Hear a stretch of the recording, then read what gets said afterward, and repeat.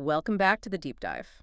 Okay, what if the most underutilized asset you own? Well, it isn't your garage or your backyard, but the actual roof over your head.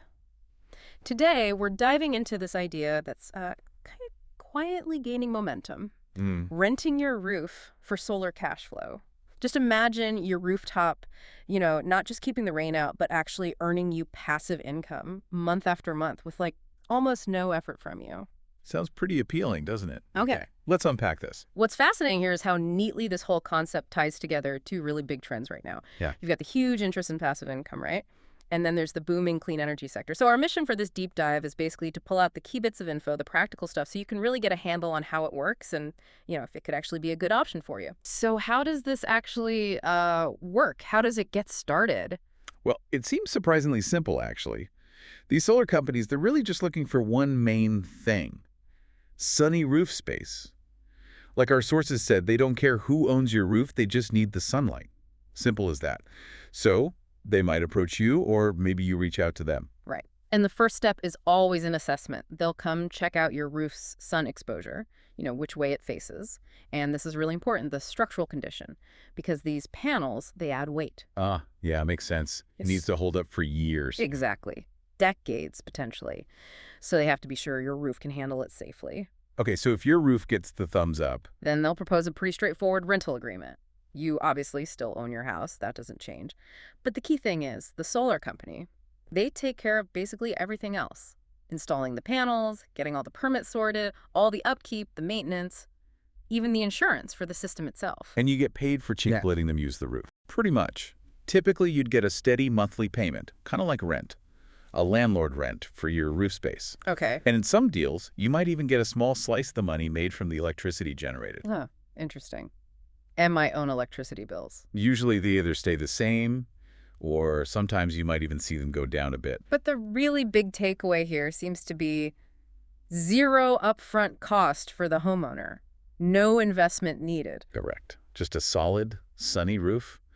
It's what you'd call a really low friction entry. Okay, low friction for the homeowner, I get that. But what's in it for the solar companies? What's their big win? That's a great point. It really is a two-way street. For the solar companies, it's about generating energy efficiently, but without the huge cost of buying land for big solar farms. It lets them scale up their clean energy generation using structures that are already there. Existing roofs. Right, distributed energy. Exactly. Which brings us to the benefits for you. First, like we said, it's genuine passive income. Minimal effort. As one source put it, you just lease the roof. No maintenance, no tenant drama, which is pretty appealing. Definitely less hassle than renting out a room. For sure. Second, it often acts as a hedge against inflation. How so? Well, many agreements will include rent increases tied to something like the CPI, the Consumer Price Index. So your payment keeps pace with the cost of living, more or less. That's the idea. It protects your earnings over time. And for the companies, it helps their long-term contracts stay viable too. Smart. Okay, and there's the green angle too, right? Absolutely. A significant environmental bonus. You're directly helping get more clean energy onto the grid, decarbonizing, basically cutting down carbon emissions from power generation. Helping us move away from fossil fuels one roof at a time. You got it. And beyond just your roof, this model kind of democratizes clean energy funding. It shifts the investment burden away from just massive power plants towards more community-level stuff. It can really speed things up. Okay, let's make this concrete. Can you give us an example? Yeah, let's imagine someone, say, Amina, living in Dar es Salaam. Her roof gets maybe 6 hours of good sun each day. A local solar company sets up panels, and they agree to pay her, let's say, around USD 150 a month. You think about what that extra income could mean.